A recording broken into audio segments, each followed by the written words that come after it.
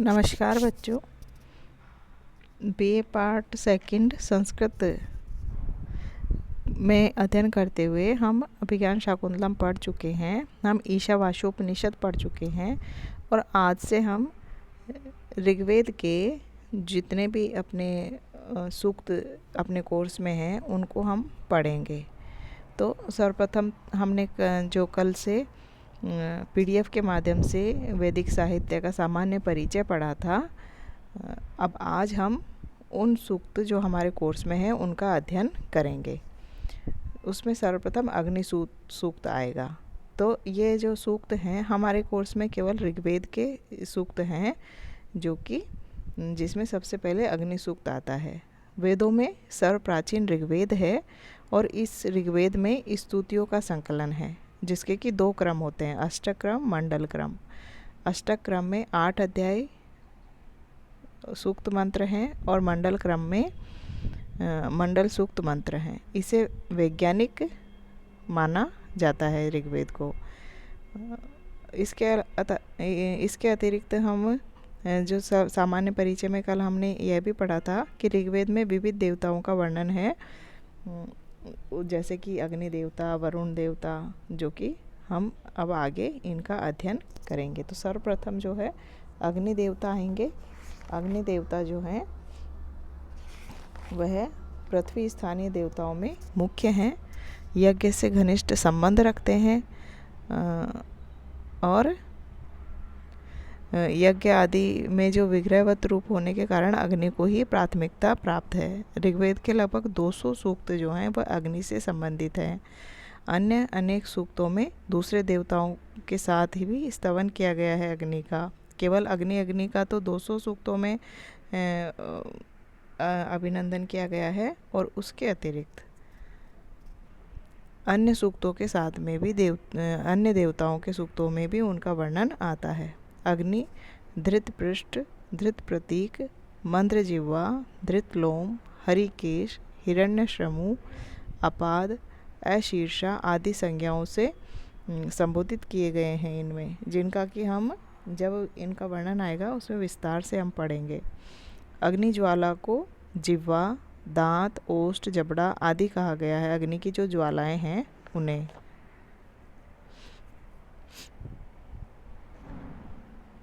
इसके अतिरिक्त अग्नि की 3 या 7 जिह्वाएं हैं, यह भी इसमें वर्णन हम आगे पढ़ेंगे। धृत अग्नि के नेत्र हैं और इंद्र की भांति अग्नि को ही सहस्त्रमुष्क कहा गया है और इनकी उपमा पशुओं से भी दी गई है। कहीं वृषभ कहा है, वृषभ यानी बैल, कहीं पीवर, स्कंद, बलिवर्द आदि नामों से भी इनको पुकारा गया है। वैदिक ऋषियों के अनुसार अग्नि के पिता द्यौस हैं। उन्होंने अग्नि को जन्म कहीं द्यौस और पृथ्वी को कहीं त्वष्ट्रा और आप का पुत्र कहा गया है। तो अब हम अग्नि के सूक्त को पढ़ना प्रारंभ करते हैं। हमारे कोर्स में प्रथम मंडल का पहला सूक्त है। देखिए, उसका पहला मंत्र है, क्या है? अग्निमीडे प्रोहितम यज्ञश देवम ऋत्विजम होतारम रत्न धाततम। कह रहे हैं कि अग्नि ईड़े, अग्नि की स्तुति करता हूँ। कैसे? अग्नि जो कि यज्ञ के देवता हैं, पुरोहित यज्ञ कराने वाले हैं, ऋत्विज हैं, होता है रत्न को धारण करने वाले। कह रहे हैं कि पुरोहित यज्ञ के देवता, ऋत्विज को बुलाने वाले होता तथा रत्नों के श्रेष्ठ दाता, ऐसे अग्नि को मैं स्तुति करता हूँ। ईड़े यानी स्तुति करना। अग्निम ईड़े, में अग्नि की स्तुति करता हूँ। तो नीचे अन्वय में देखिए, अग्नि की सारी विशेषताएं बताते हुए पहले कहते हैं कि पुरोहित अग्नि, यज्ञ के देवता अग्नि, ऋत्वि की अग्नि, होतारम और रत्नों को धारण करने वाले अग्नि की मैं स्तुति करता हूँ। अब इसमें देखने वाली चीज़ ये है कि होता यानी जो आह्वान करने वाला होता है अन्य देवताओं का।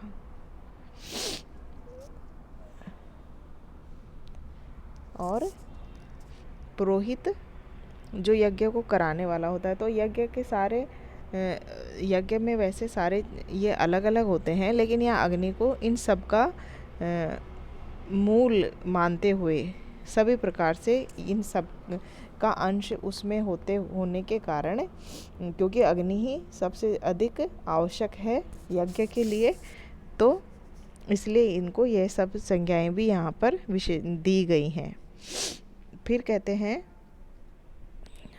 अग्नि पूर्वे भी ऋषि भी ईढ्यो नूतनय उत स देवाम एह वक्षति, कि वह अग्नि पूर्वे भी ऋषि भी उत नूतनय ईढ्य है। यह अग्नि जो है वह प्राचीन और नवीन, पूर्वे भी यानी पहले के, और नवीन नूतनय यानी नवीन ऋषियों के द्वारा भी पूजनीय है। वह अग्नि सदैव ही पूजनीय। कहने का मतलब यह है कि प्राचीन ऋषियों के द्वारा और नवीन ऋषियों के द्वारा भी वह पूजनीय है। सदेवा एह वक्षति, वह देवों को यहाँ लेकर आए। वह अग्नि यहाँ जिन देवताओं का हम आह्वान कर रहे हैं उनको यहाँ लेकर आए ऐसी कामना कर रहा है होता। देखिए, जो अग्नि है वही सबसे मुख्य है यज्ञ में। तो यज्ञ में अग्नि से ही प्रार्थना की जा रही है कि हे अग्नि, आप ये हमारी आहुति स्वीकार करो और देवताओं को यहाँ लेकर आओ।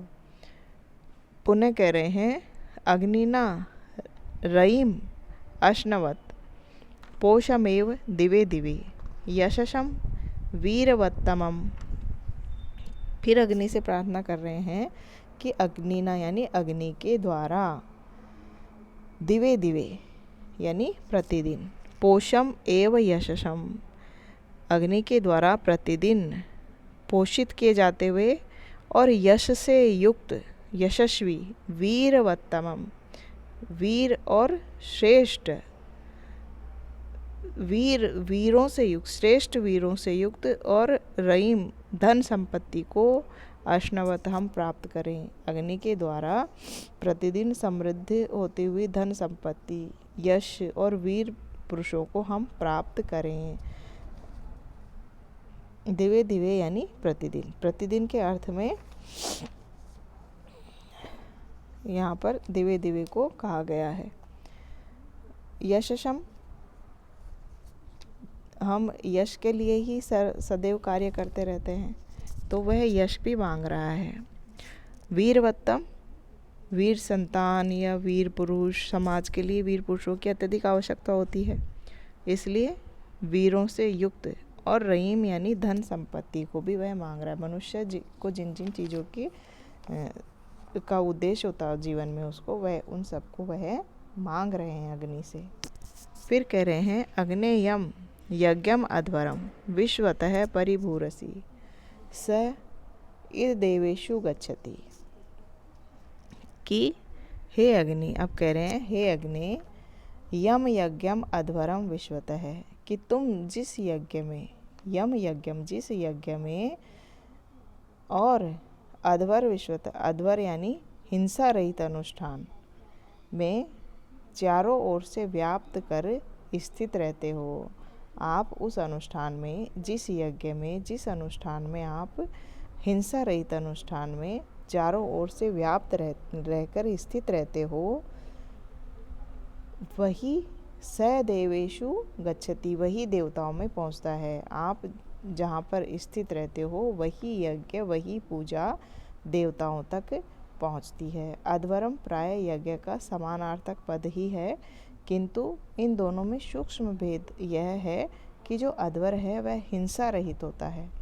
अन्य यज्ञ में हिंसा, पशु बलि आदि हो सकती है, लेकिन जो अध्वर है उस अध्वर अनुष्ठान में हिंसा, किसी पशु की बलि नहीं दी जाती है। तो यह इसमें, तो ऐसे अनुष्ठानों में अग्नि जहाँ पर स्वयं व्याप्त होते हैं, तभी वह पूजा या वह अनुष्ठान देवताओं तक पहुँचता है।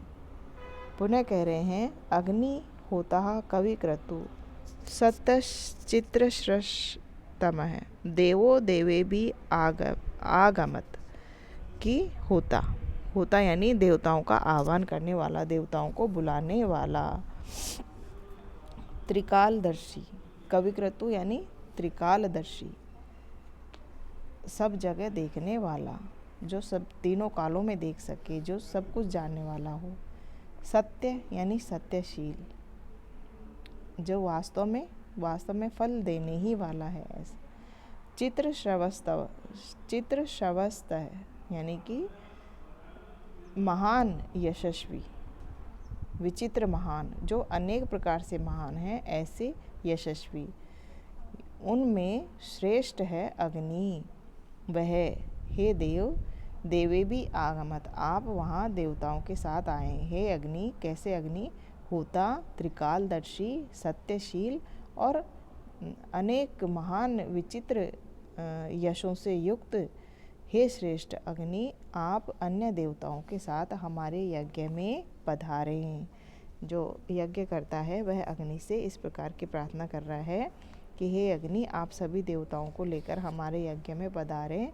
और उसके लिए उन्होंने पहले अग्नि के अनेक विशेषताओं के साथ में आह्वान किया है कि हे होता अग्नि, त्रिकालदर्शी अग्नि, सत्यशील अग्नि, यशस्वी अग्नि, आप देवताओं के साथ हमारे यज्ञ में पधारें।